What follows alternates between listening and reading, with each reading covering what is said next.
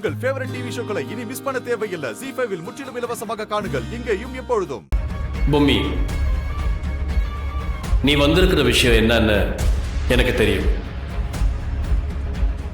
கடுமையா தவம் செய்யற அந்த பக்தர்களுக்கு வரங்களை கொடுக்கறதுக்கு மட்டும்தான் இறைவனுக்கு உரிமை இருக்கு. ஒரு தடவை வரம் கொடுத்துட்டா அதை திரும்ப பெறவே முடியாது. அதே மாதிரிதான் அகோராதிபதியோட முழு வீரிய சக்தியை திரும்ப பெறும் ஆற்றலும் உரிமையும் அந்த வித்தையை கத்துக் கொடுத்தவனுக்கு கூட இல்லை.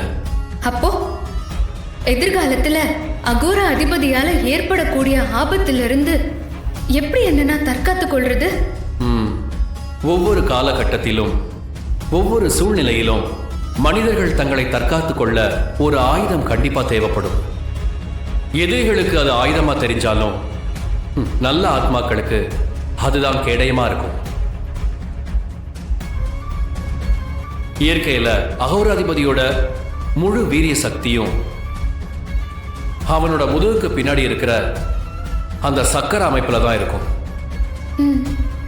அந்த சக்கர அமைப்பே அவனோட சரீர சக்தியை விட வீரியமா இருக்கும். அகோராதிபதியோட துஷ்ட சக்தி சக்கர அமைப்புல வீரியமா செயல்பட்டு இருக்கும்போது கூர்மையான ஆயுதத்தால ஒரு முனையில தொலைச்சு மறுமுனையில வெளியே வர மாதிரி செய்யணும். அப்படி செஞ்சுட்டா அந்த துஷ்ட சக்தி நிரந்தரமா அழிஞ்சிருமா? ஆசை எந்த மனிதனையும் விட்டு வைக்கிறதில்ல. யாரா இருந்தாலும் ஒரு பிரச்சனையில இருந்து வெளியே வரணும்னு நினைக்கிறாங்களே தவிர அந்த பிரச்சனை எந்த இடத்துல இருந்து ஆரம்பிச்சது, அதுக்கான மூல காரணம் என்னன்னு யாருமே முழுசா ஆராயறதில்ல. அகோராதிபதியை கட்டுப்படுத்த உனக்கான கேடயத்தையும் ஆயுதத்தையும் நீதான் உருவாக்கணும் பொம்மி. கூர்மையான ஆயுதத்தால உடலை தொலைச்சாலும் குறிப்பிட்ட நேரத்துக்கு தான் அந்த அகோராதிபதியோட முழு வீரிய சக்தியும் கட்டுப்படுத்த முடியும். நிரந்தரமா உன்னால கட்டுப்படுத்தவே முடியாது.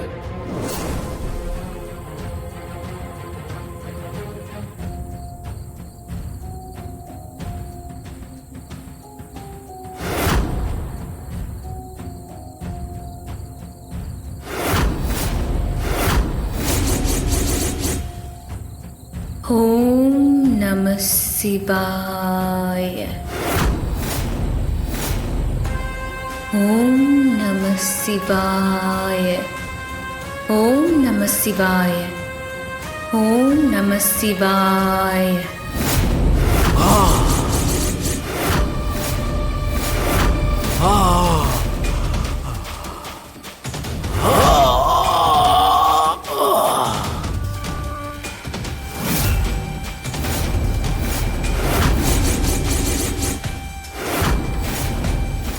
ZEE5 ஆப்பை டவுன்லோட் செய்து அனைத்து எபிசோடுகளையும் இலவசமாக பாருங்க.